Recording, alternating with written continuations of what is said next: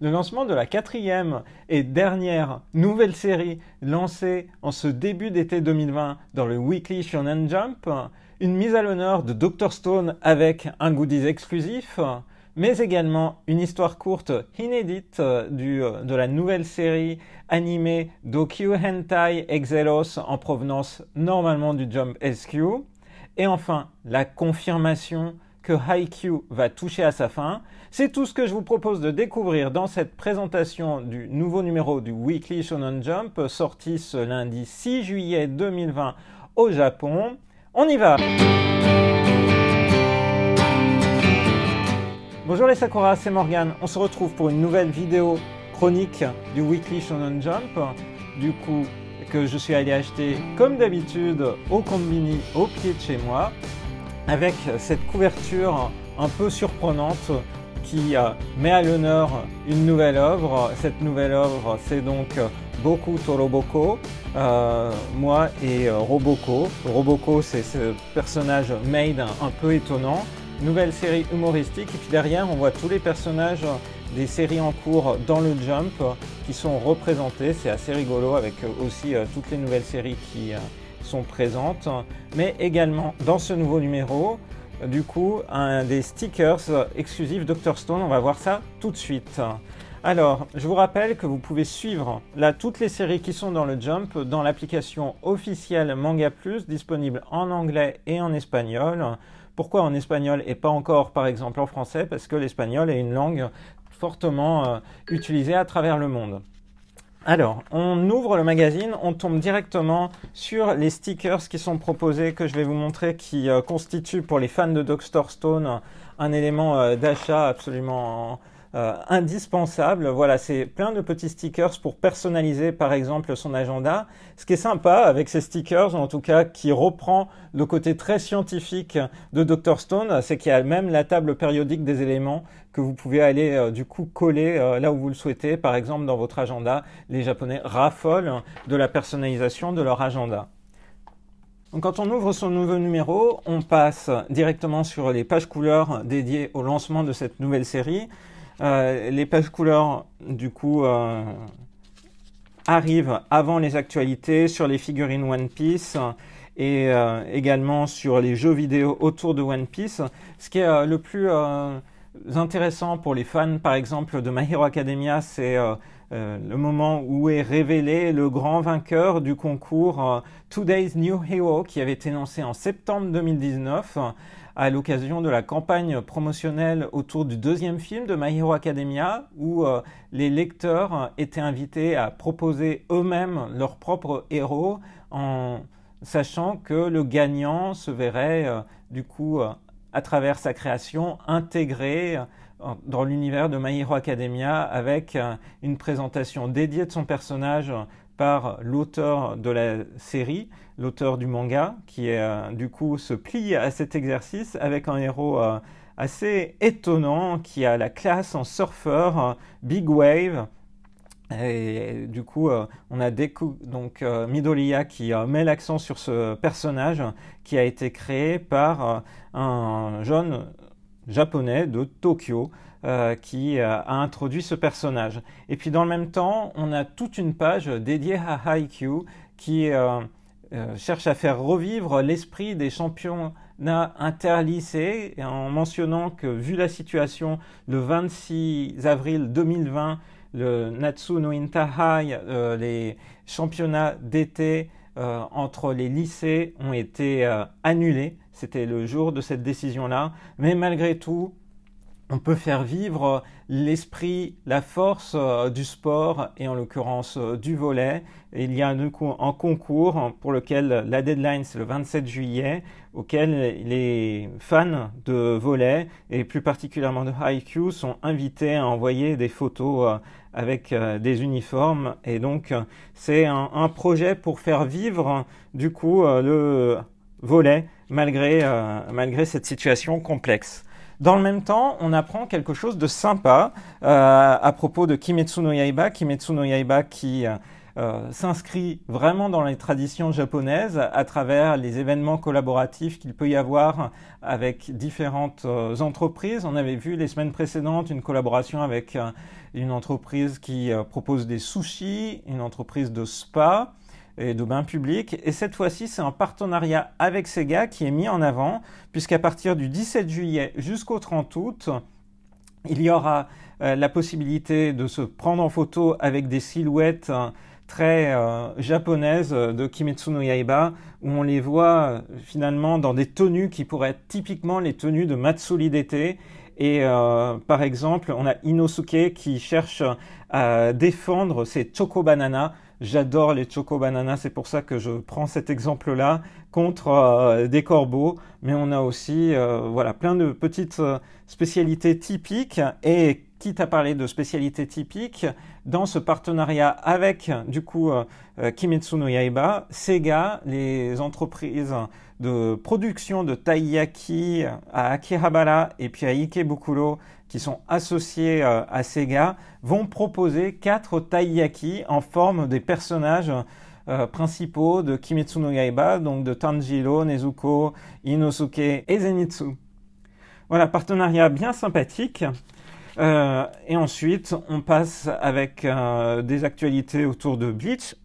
On sait que Tite Kubo va avoir du coup une mise en avant normalement durant cet été avec une nouvelle série courte qui sera présentée dans le Jump, mais aussi le retour de Bleach dans les prochains mois en animé. Mais en attendant, c'est les actualités autour du jeu vidéo Brave Souls qui sont présentées, en même temps que des actualités autour du film adapté du shoujo manga Love Beloved, Live Be Left, qui est du coup un shoujo manga qui paraît chez Kana en France, qui est terminé au Japon, mais qui a une adaptation en live avec des acteurs qui sort le 14 août, sachant qu'il y a aussi un film d'animation qui est mis en attente, qui aurait dû sortir au mois de mai, mais la situation et l'état d'urgence à travers le pays ont empêché cette sortie à ce moment-là.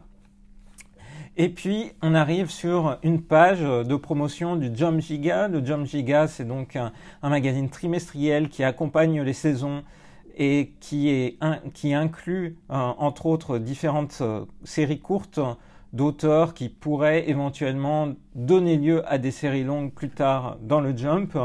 Donc Jump Giga fait sa couverture sur des séries bien connues et propose du coup des bonus à l'intérieur. C'était le cas de l'édition de printemps qui faisait sa couverture sur Actage. En même temps, proposait des cartes dédiées à Kimetsu no Yaiba. Là, la couverture du prochain Jump Giga sera consacrée à Yakusoku no Neverland, autrement dit Promised Neverland, et en même temps on aura une mise à l'honneur du coup de toutes les séries qui sont terminées dans le Jump et qui vivent aussi leur Cho Climax, c'est-à-dire leur climax le plus intense. Et parmi ces séries, on a donc Kimetsu no Yaiba, Yuna de la pension Yuragi, The Promised Neverland, et la série dont on a quelque part ici la confirmation qu'elle touche à sa fin, c'est Haikyuu. Haikyuu, dans lequel qui sera lui aussi mis à l'honneur dans ce futur Jump Giga, dont on sait déjà qu'il va faire un carton, puisque c'est l'été, il contiendra un mini Uchiwa, donc un mini éventail japonais Kimetsu no Yaiba. C'est sûr, ça va être un argument de vente assez important. Je parlerai des mangas un petit peu après. Je vais d'abord parler des news qui sont consacrés dans ce numéro du Jump. Notamment, il y a le rappel de toutes les sorties des mangas de Shueisha intervenus la semaine dernière, plus exactement le 3 juillet.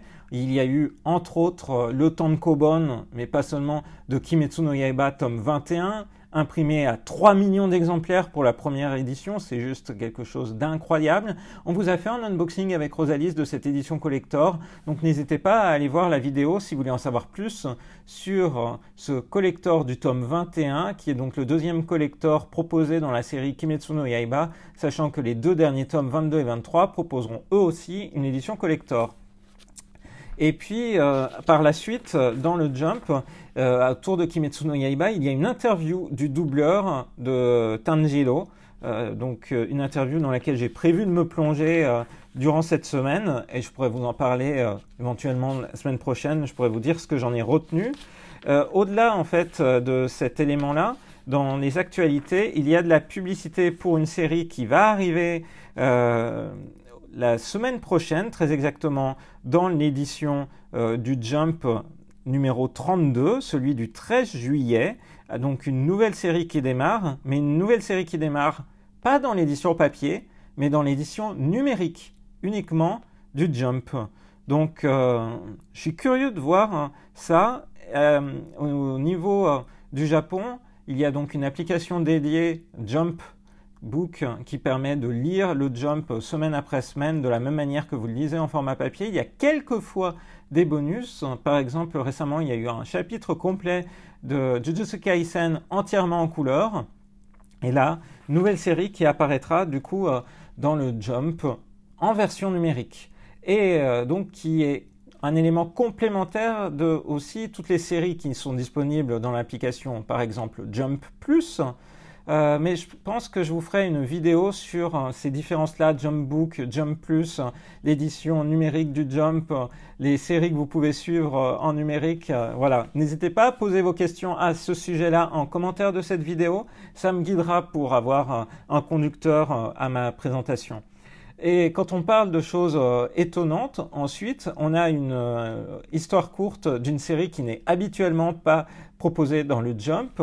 Donc c'est Doku Hentai Exelos, donc une série que j'avais évoquée rapidement la semaine dernière, qui est en fait publiée dans le Jump SQ, donc la version mensuelle du Jump, qui est adaptée en animé durant cette saison de juillet jusqu'à septembre 2020. Et donc là, il y a une histoire courte avec planche couleur, un rappel du speech de cette histoire qui est très orientée autour de l'énergie érotique des personnages. C'est une série ultra fanservice et qui vient d'être adaptée en animé. Donc c'est une série sans doute un peu trop ecchi pour le Jump, en tout cas c'est dans le Jump SQ qu'elle est publiée, donc pas dans la version hebdomadaire. Mais là, on a une histoire courte spéciale pour donner envie à ceux qui ne connaîtraient pas cet univers de le découvrir. Donc c'est l'objectif. Cette série-là a quand même déjà 10 tomes parus et se vend du coup plutôt bien puisqu'elle est vendue à 1 350 000 exemplaires au total, donc à peu près 150 000 exemplaires le tome, ce qui est effectivement plutôt raisonnable pour ça. Donc ça c'est une information un peu originale autour du Jump. Et ce que je voulais mentionner aussi, c'est la semaine prochaine, et pourquoi je dis aussi qu'on approche de la fin de Haikyuu, parce que un petit peu comme ce qui s'est fait pour Kimetsu no Yaiba, comme ce qui s'est fait pour The Promised Neverland, qui ont eu à leur avant-dernier chapitre la couverture du Jump et éventuellement des bonus. Là, la semaine prochaine, c'est Haikyuu qui fait la couverture du Jump. Donc Haikyuu qui ne se terminera pas, sauf la surprise la prochaine fois. Ce qui est bien indiqué, c'est que c'est le Cho Climax la semaine prochaine. Et on peut s'attendre à ce que le chapitre 402, qui paraîtra du coup non pas le 13 juillet, mais le 20 juillet, marque la fin de la série. Encore une série vraiment emblématique du Weekly Shonen Jump de ces dernières années qui se termine. 400 chapitres, puisque dans ce nouveau numéro du Jump, c'est bel et bien le 400e chapitre qui est publié. C'est quelque chose d'important, d'imposant. Ça veut dire que la série va faire à peu près 45 volumes. On se rappelle que Dragon Ball, l'événement que fut Dragon Ball, c'était 42 tomes. Donc une série qui a vraiment duré avec ses différentes adaptations animées. Puis, parallèlement, on a évidemment toutes les séries manga classiques qu'on a l'habitude de suivre dans le Jump, avec, comme je l'ai évoqué en introduction, et comme vous le savez si vous avez suivi les différentes vidéos de présentation du Jump, beaucoup de nouvelles séries qui ont été lancées récemment, Donc, on va commencer par la série qui est présentée dans ce nouveau numéro et qui fait la couverture Boku to Loboko. C'est une comédie qui est une comédie dans la pure tradition japonaise, avec des cases beaucoup de cases par planche et vraiment un jeu sur les cases. Il y a un moment où je trouve ça rigolo, qui m'a fait sourire en tant que fan de Dragon Ball, que j'évoquais juste avant, parce que les jambes de cette héroïne maid robot, normalement, peut-être, sont comparées à celles de Nappa. Et en fait, le protagoniste, le petit garçon, s'en plaint. C'est horrible. C'était pas du tout ce qu'il attendait. Lui, il attendait une maid, une robot maid, comme c'est populaire dans son univers, qui soit toute mignonne, toute gentille. Et là, en fait, il a un drôle de personnage qui est arrivé chez lui. Mais est-ce vraiment la maid que ses parents ont commandée? En tout cas, c'est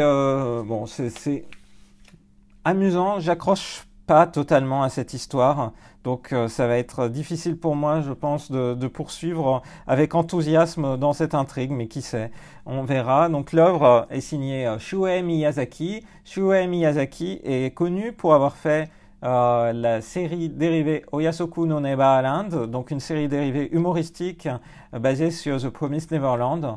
Donc on le retrouve, sachant qu'il avait signé une histoire courte récemment, c'est-à-dire il y a 3 mois, dans ce numéro du Jump que je vous avais chroniqué à l'époque, qui faisait sa couverture sur Kimetsu no Yaiba. C'était juste avant la fin de Kimetsu no Yaiba.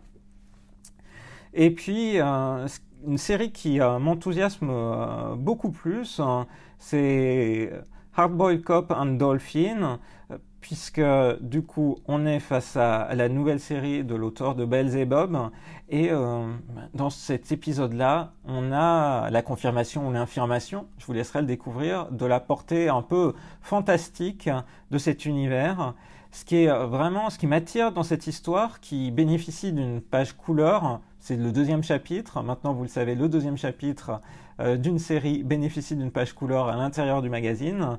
Ce qui me plaît, c'est vraiment la plongée dans les îles Ryukyu, donc les îles qui sont plus ou moins dans l'archipel d'Okinawa, parce que c'est vraiment cette atmosphère, et aussi il y a un grand soin qui est apporté au décor, donc ça change beaucoup de toutes les séries qu'on a l'habitude de se voir se dérouler dans des grandes métropoles, comme c'est le cas par exemple dans Jujutsu Kaisen avec son Shibuya Incident, où là vous êtes carrément dans la gare de Shibuya et clairement dans la ville. Là, on a une autre facette du Japon qu'on découvre, et j'aime bien. J'aime beaucoup ce côté, les îles, la mer, ça fait rêver, ça fait du bien en fait en ces moments où, par exemple, il est beaucoup plus difficile de se déplacer à travers le monde. Et puis, par ailleurs, les autres séries qui se poursuivent, c'est donc les nouvelles séries Hakaishin Mago-chan, cette série humoristique entre une petite fille et le dieu de la destruction qu'elle a plus ou moins pris sous son aile comme un animal. Et là, il y a un nouveau dieu qui apparaît dans ce nouveau chapitre. Et je vous l'avais dit, avec le premier chapitre, j'avais plutôt apprécié le côté tranche de vie que ce manga avait. Et là encore, là dans ce nouveau chapitre, chapitre 3, j'ai retrouvé un peu la même chose. Donc c'est quelque chose que j'ai bien aimé lire, de la même manière que dernière série qui bénéficie d'une planche couleur dans ce nouveau numéro, Actage, qui s'oriente sur la manière dont en fait un personnage se crée, dont un comédien ou une série de comédiens qui vont incarner le même personnage au fil du temps peuvent finalement s'immiscer, s'investir dans la vie de ce personnage. C'est quelque chose qui est vraiment intéressant en termes de comédie, même s'il y a de la tension. Et parallèlement, on va ici, dans ce nouveau chapitre, un peu au bord de la mer, là aussi, mais plutôt du côté de Kamakura. C'est marrant parce qu'il y a la plage de Kamakura qui est représentée. Et si vous suivez la chaîne depuis longtemps, vous savez qu'il m'est arrivé quelques petites misères sur les plages de Kamakura avec un oiseau qui avait voulu me voler ma pizza. Si vous n'avez pas vu cette vidéo, je vous invite à la chercher sur la chaîne, ça devrait vous faire passer un bon moment.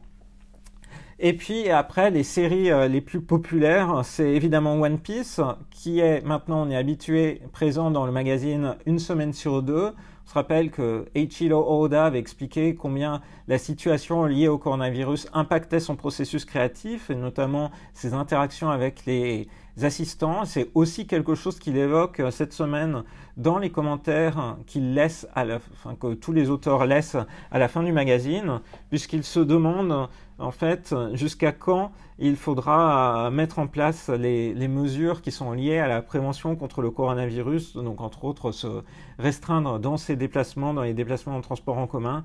Malheureusement, la situation à Tokyo, là, est un peu difficile puisque, par exemple, les médias japonais commencent à parler de deuxième vague. Donc, malheureusement, la situation semble partie pour durer. Et en l'occurrence, pour One Piece, c'est bel et bien dans 2 semaines qu'on reverra la série dans le magazine. Et puis, donc le trio de tête cette semaine, c'est One Piece, My Hero Academia, qui est vraiment très intense, de la même manière que Dr. Stone, qui, pour moi, vit sa meilleure période. C'est vraiment, je prends plaisir à lire chaque chapitre de Dr. Stone. Et après Dr. Stone, dans les séries qui sont là pour durer, on a Haikyuu avec son 400e chapitre et une planche finale absolument magnifique qui rappelle finalement tout le sens de Haikyuu et le premier générique même de Haikyuu incarnait cela. Donc c'est vraiment, je pense, on s'oriente vers une belle fin pour cette série et rien que l'arc final dans lequel on est témoignait d'une volonté de l'auteur de vraiment détailler ses personnages d'une belle manière.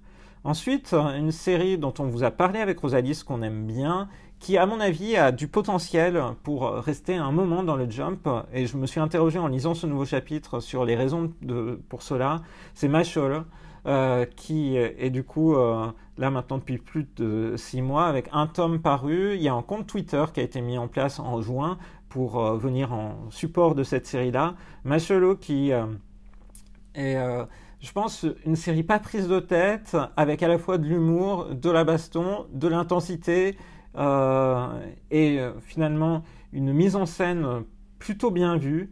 Donc à mon avis, il peut rester un moment dans le Jump. Alors, avant Haikyuu, il y avait une série qui a été démarrée plutôt récemment, mais qui est encore mise au devant du Jump pour la pousser, c'est Molly King.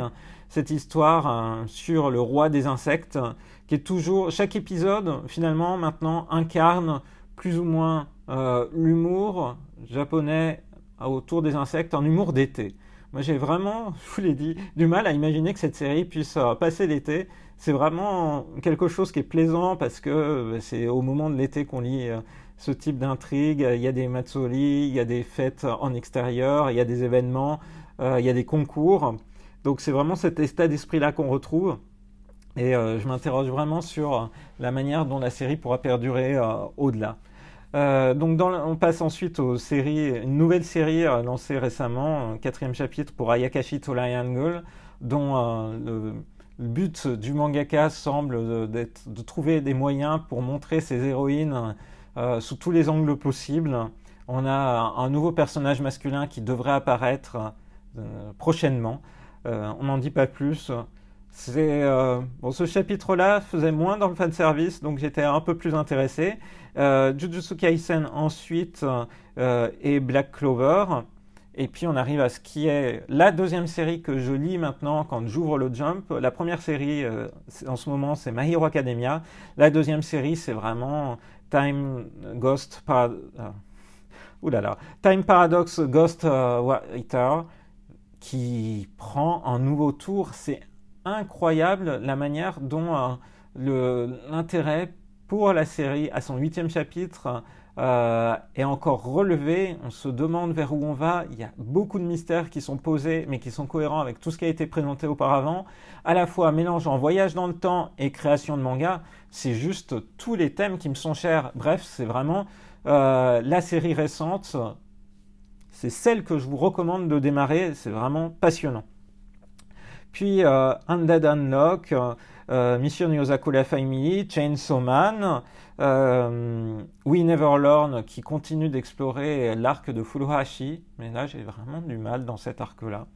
pour l'instant. Bone Collection, Mitama Security et Gravity Boys forment le trio de fin. Donc des séries qui semblent potentiellement être en difficulté, mais comme à l'heure actuelle, le Jump a aussi une problématique de gérer les absences éventuelles de certaines séries et aussi la fin de certaines séries comme Haikyuu, sans doute au chapitre 402, donc dans 2 semaines. Je pense que ces séries ont une continuité un peu plus longue qu'elles ne l'auraient eu à d'autres périodes. Voilà un peu pour les actualités.